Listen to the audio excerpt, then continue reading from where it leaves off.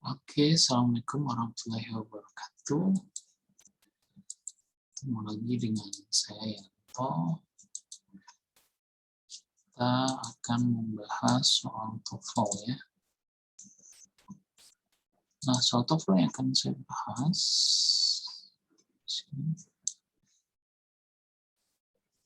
yaitu soal TOEFL structure. Nah, structure itu modelnya ada dua, nomor 1 sampai 15 itu menjawab soal yang berupa titik-titik. Kemudian nomor 16 sampai 40 menjawab mana kata atau frasi yang salah. Nah, kita langsung mulai saja. Nah, biasanya soal 1 sampai 15 ini model pertanyaannya sederhana, dia hanya menanyakan subjek atau verb kalau dia kalimat tunggal. Kalau dia kalimat majemuk, bisa saja yang dia tanyakan adalah 5 unsur ini. Ada subjek, ada verb, kemudian konektor. Konektor itu kata penghubung. Kemudian subjek lagi, terus verb lagi. Nah, 5 ini. Mana yang hilang di antara 5 ini kalau dia kalimat majemuk, atau 2 ini kalau dia kalimat tunggal. Coba lihat nomor 1 misalnya. Titik-titiknya ada di depan ya. Kalau sebuah kalimat titik-titiknya di depan dalam soal TOEFL, diperkirakan yang hilang adalah subjeknya. Terus verbnya ada nggak? Ternyata ada. Ini verb, kata kerja bentuk kedua. Kalau gitu dapat disimpulkan soal ini yang hilang cuman subjeknya saja. Nah, kalau kita tahu apa yang kita cari, menjawabnya lebih mudah. Kita nggak nebak-nebak. Nah, coba lihat. Pilihan A, B, C, D, mana yang ada subjeknya saja? Nah, ternyata hanya ini, dinosaurs. Kenapa bukan B? Berarti kan B ini ada subjek, kata benda yang diikuti konektor. Sementara yang dibutuhkan cuma subjek aja. Nah, yang C salahnya di mana? Ada if. If ini juga konektor. Coba dicek skill 7 ya, sampai 10. Itu ada konektor apa saja. Nah, kalian harus hafal konektor itu. Sebetulnya gampang kok. If, since, as, who, where, when, how, what, dan seterusnya. Jadi, ini juga ada konektor, berarti bukan ini jawabannya. Sekarang kita pindah ke soal nomor 2. Yang sudah ada pada dalam soal, coba lihat. Ada kata di depannya, berarti subjeknya sudah ada. Ini kata benda, subjek. Verbnya ada nggak? Ternyata ada. Arrange, kata kerja bentuk kedua. Berarti kalimat ini sudah lengkap. Nah, pada penjelasan skill 2 di video saya yang lain sudah dijelaskan jika sebuah soal TOEFL subjeknya sudah ada, kemudian verbnya sudah ada, masih ada titik-titik, dan di depan titik-titik itu adalah preposisi. Preposisi itu kata depan kayak in, into, behind, beside, of, after, before, dan seterusnya. Lihat di skill 2.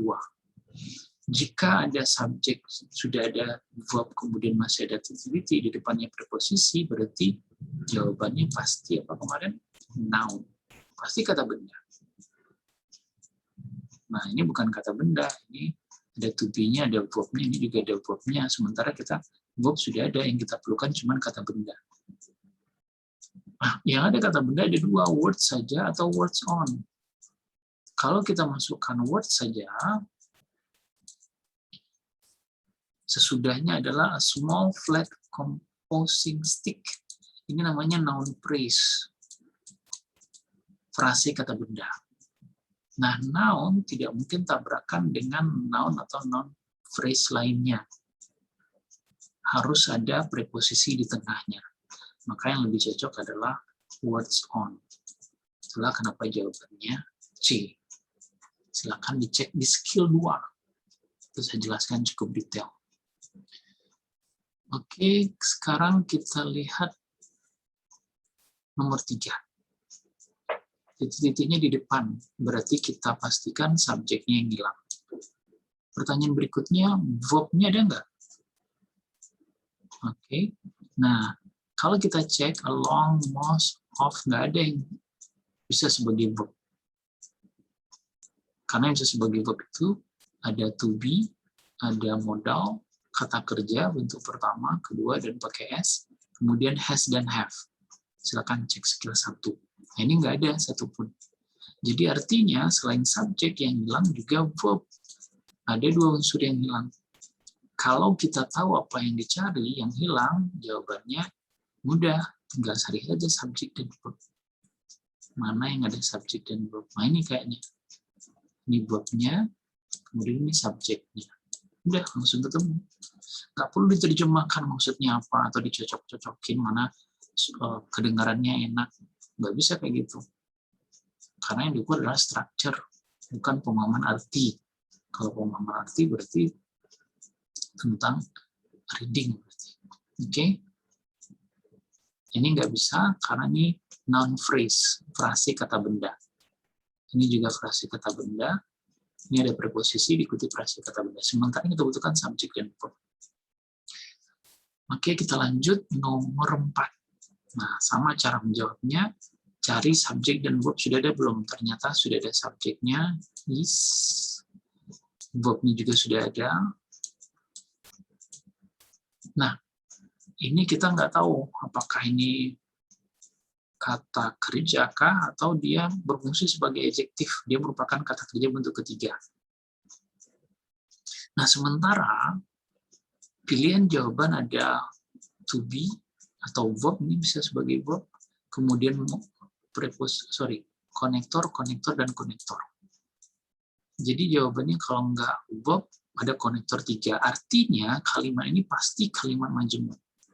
Kalau kalimat majemuk dia kayak gini polanya. 2 subjek, 2 verb, 1 konektor. Berarti susunannya juga sama. Subjek, verb, sesudah itu apa? Konektor. Kemudian apa lagi? Subjek. Terus apa lagi? Verb. Jadi yang hilang ada 3 unsur.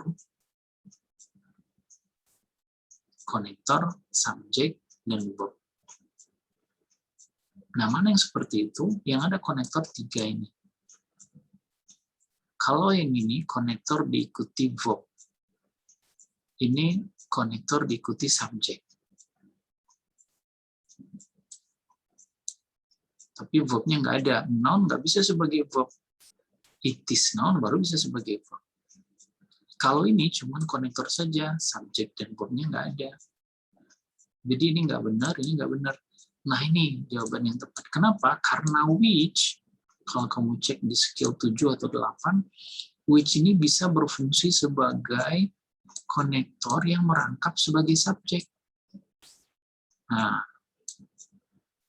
jadi inilah jawabannya. Jadi ini kelihatannya 2, padahal dia 3. Karena which bisa merangkap jabatan. Oke, silakan dicek di skill yang 8 atau 9, 10 juga sama. Nah, yang terakhir, nomor 5, titik-titiknya di tengah ya. Subjeknya many communities. Verb-nya belum ada. Bukan kalimat majemuk juga, karena nggak ada konektor. Artinya yang hilang di titik ini adalah verb. Ini useful. Yang ada full-nya beautiful, careful, useful, meaningful, sightful enggak ya. Ini biasanya kata sifat. Making, verb ini bukan verb. Jadi tinggal ini 2. Kalau ini kita anggap verb, sementara ada make di sini, verbnya double. Kayaknya nggak mungkin. Yang satu lagi ini make sebagai verb, use ini fungsinya bisa sebagai noun. Sebab use itu bisa sebagai verb, bisa juga sebagai noun. Kalau di sini dia sebagai verb, nggak nyambung dengan ini. Tapi kalau ini sebagai verb, make-nya, use-nya bisa sebagai noun. Maka jawabannya adalah ini. Oke, demikian penjelasan dari saya. Tapi sebelum membahas soal seperti ini, kalian harus baca dulu penjelasannya dari topik-topik skill 1 sampai 10 ya. Oke, saya kira cukup sekian pertemuan ini. See you, goodbye, assalamualaikum.